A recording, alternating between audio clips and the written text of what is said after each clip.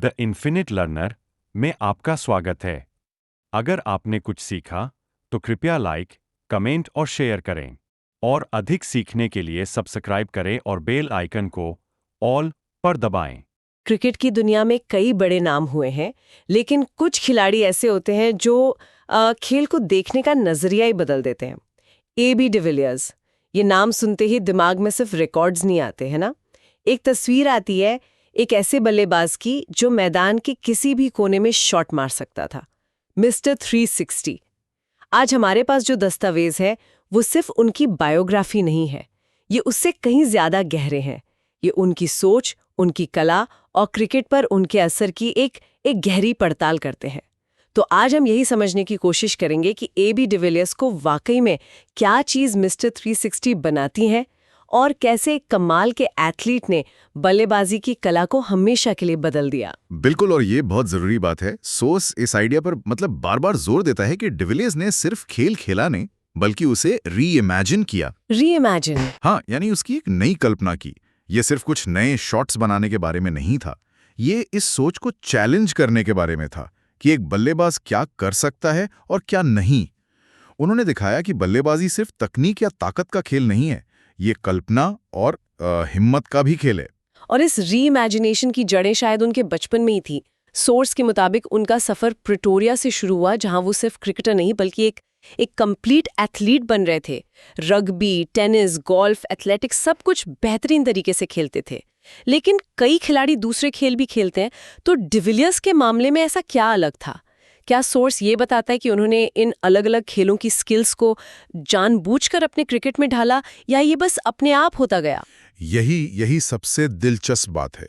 Source इस बात पर जोर देता है कि ये सिर्फ स्वाभाविक नहीं था, इसमें एक सोच थी। टेनिस से उन्होंने अपनी कलाई का इस्तेमाल और फुटवर्क सीखा। रग्बी से उन्हें वो शारीरिक मजबूती और मैदान पर बैलेंस मिला। अच्छा। गोल्फ से उन्होंने एक स्थिर हेड पोजीशन की अहमियत समझी।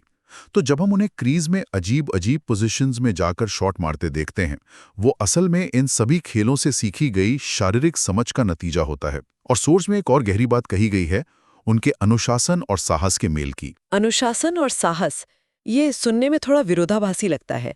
आमतौर पर हम सोचते हैं कि जो साहसी है वो थोड़ा लापरवाह होगा। हाँ, लेकिन सोर्स बताता है कि उनका साहस उनके अनुशासन से ही पैदा होता था। वो हवा में शॉट इसलिए नहीं खेलते थे कि वो लापरवाह थे, बल्कि इसलिए कि नेट्स में हजारों बार उन्होंने उस शॉट को परफेक्ट किया था।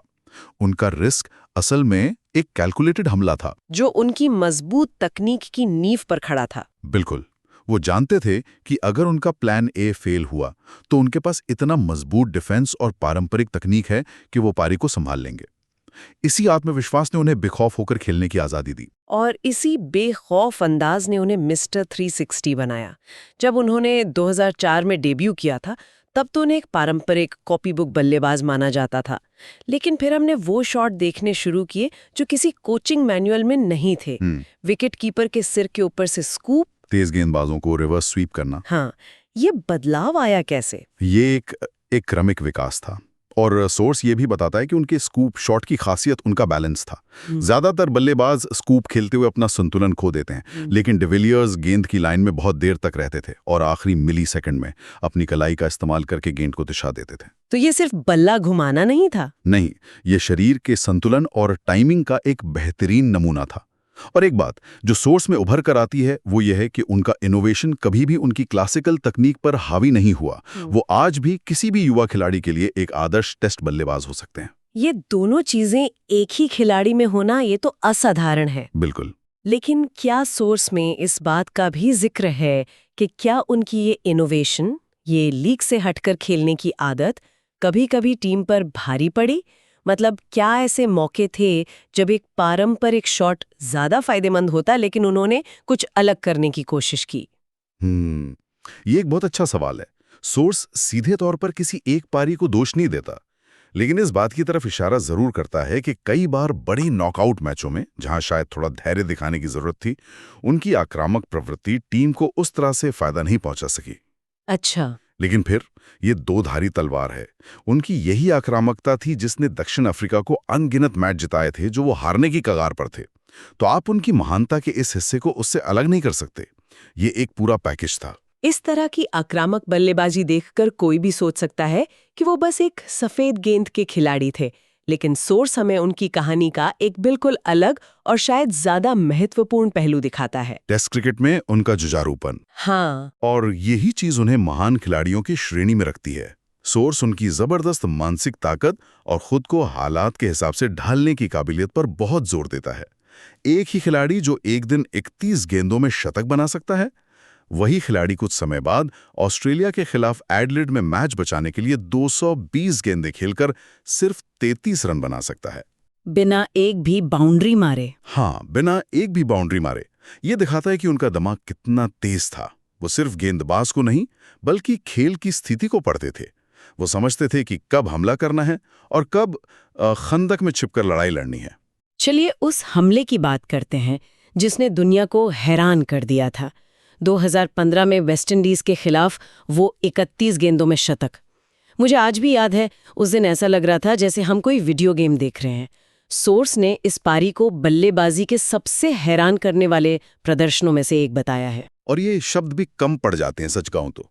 सोर्स कहता है कि ये सिर्फ रन बनाने की रफ्तार के बारे में नहीं था, बल्कि उस आसानी के बारे में था जिससे उन्होंने ये किया। उस दिन कमेंटेटर्स के पास शब्द नहीं थे। गेंदबाजों के चेहरे पर बेबसी साफ दिख रही थी। उन्होंने असंभव को रोजमर्रा का काम बना दिया। Making the impossible look routine. बिल्कुल। वो सिर्फ बाउंड्री नहीं मार रहे थे, वो गेंदबाजों के दिमाग के साथ खेल रहे थे। उन्हें पता था कि गेंदबाज अगली गेंद कहां डालेगा और वो उसके लिए पहले से तैयार थे। उस एक पारी ने लिमिटेड ओवर्स क्रिकेट में संभव की परिभाषा को हमेशा के लिए बदल दिया। बल्लेबाजी के अलावा एक और चीज जो सोर्स में उभर कर आती है वो है उनकी फील्डिंग। वो सिर्फ एक बल्लेबाज नहीं थे। नहीं, वो एक कंप्लीट क्रिकेटर थे। हाँ, एकदम। सोर्स उन्हें एक असाधारण फील्डर कहता है। बाउंड्री पर हवा में उड़कर कैच लेना हो या पॉइंट पर खड़े होकर बिजली की तेजी से रन आउट करना, उनकी एथलेटिक क्षमता बेजोड़ थी। और ये मत भूलिए कि वो एक बहुत ही कुशल विकेट कीपर भी थे। हाँ, ये भी सच है। जब भी टीम को जरूरत पड़ी, उन्होंने ग्लव्स पहने और बिना किसी शिकायत के वो भूमिका भी निभाई। ये टीम को सबसे पहले रखने वाली मानसिकता थी जो उन्हें और भी खास बनाती है। और उन्होंने टीम को लीड भी किया। उनकी कप्तानी के बारे में सोर्स क्या कहता है, खास तौर पर इस बात को ध्यान में रखते हुए कि उनकी टीम कभी कोई बड़ी आईसीसी ट्रॉफी नहीं जीत पाई। ये उनके करियर का एक दुखद पहलू माना जाता है। हाँ, और सोर्सेस जटिलता से भागता नहीं है। वो बताता है कि डिविलियर्स ने शांति और ईमानदारी के साथ कप्तानी की। वो एक ऐसा कप्तान थे जिसे टीम के सभी खिलाड़ी सम्मान देते थे। लेकिन आईसीसी ट्रॉफी न जीत पाना, ये उनके करियर पर एक सवालिया निशान की तरह देखा जाता है। हालांकि सोर्स ये भी तर्क देता है कि ये उनकी व्यक्तिगत असफलता से ज्यादा दक्षिण अफ्रीकी क्रिकेट टीम की, क्या कहते हैं, सामूहिक मानसिकता को दिखाता है, जो बड़े मैचों में अक्सर दबाव में बिखर जाती थी। तो ये दिखाता है कि क्रिकेट आखिरकार एक टीम गेम है। बिल्कुल। एक अकेला जीनियस भी आपको हर बार लाइन के पार नहीं ले जा सकता। और फिर 2018 में उनका अचानक संन्यास लेना, मुझे आज भी याद है जब वो खबर आई थी, किसी को यकीन ही नहीं हुआ। वो अपने खेल के शिखर पर थे। सोर्स इस फैसले के पीछे की क्या वजह बताता है। ये बहुत ही असाधारण कदम था। बिल्कुल। और ये उनके चरित्र के बारे में बहुत कुछ कहता है। सोर्स के मुताबिक उन्होंने परिवार और व्यक्तिगत जीवन को प्राथमिकता देने की बात कही। उन्होंने महसूस किया कि वो उस इंटेंसिटी के साथ और नहीं खेल सकते जिसकी जरूरत अंतर्राष्ट्रीय क्रिकेट में होती है। ये उनके जमीनी व्यक्तित्व को दिखाता है। हाँ, एक ऐसे युग में जहां खिलाड़ी जितना हो सके उतना लंबा खेलते हैं, उन्होंने शिखर पर रहते हुए खेल को अलविदा कह दिया। लेकिन अंतर्राष्ट्रीय क्रिकेट से दूर होने के बाद भी भारत में उनका स्टारडम कम नहीं हुआ। इंडियन प्रीमियर लीग में रॉयल चैलेंजर्स बैंगलोर के साथ उनका रिश्ता तो एक मिसाल है। बैंगलोर के स्टेडियम में एबीडी की गूंज आज भी लोगों के कानों में है। और यहाँ जो बात आकर्षक है वो ये है कि उनकी आईपीएल की सफलता दिखाती है कि कैसे फ्रेंचाइजी क्रिकेट राष्ट्रीय सीमाओं से परे एक विरासत बना सकता है।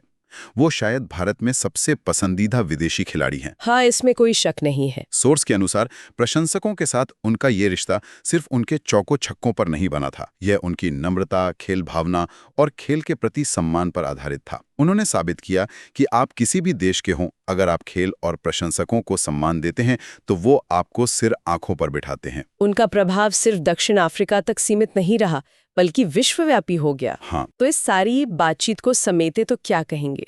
एबी डिविलियर्स सिर्फ एक महान खिलाड़ी नहीं थे, वो एक इनोवेटर थे, एक कलाकार।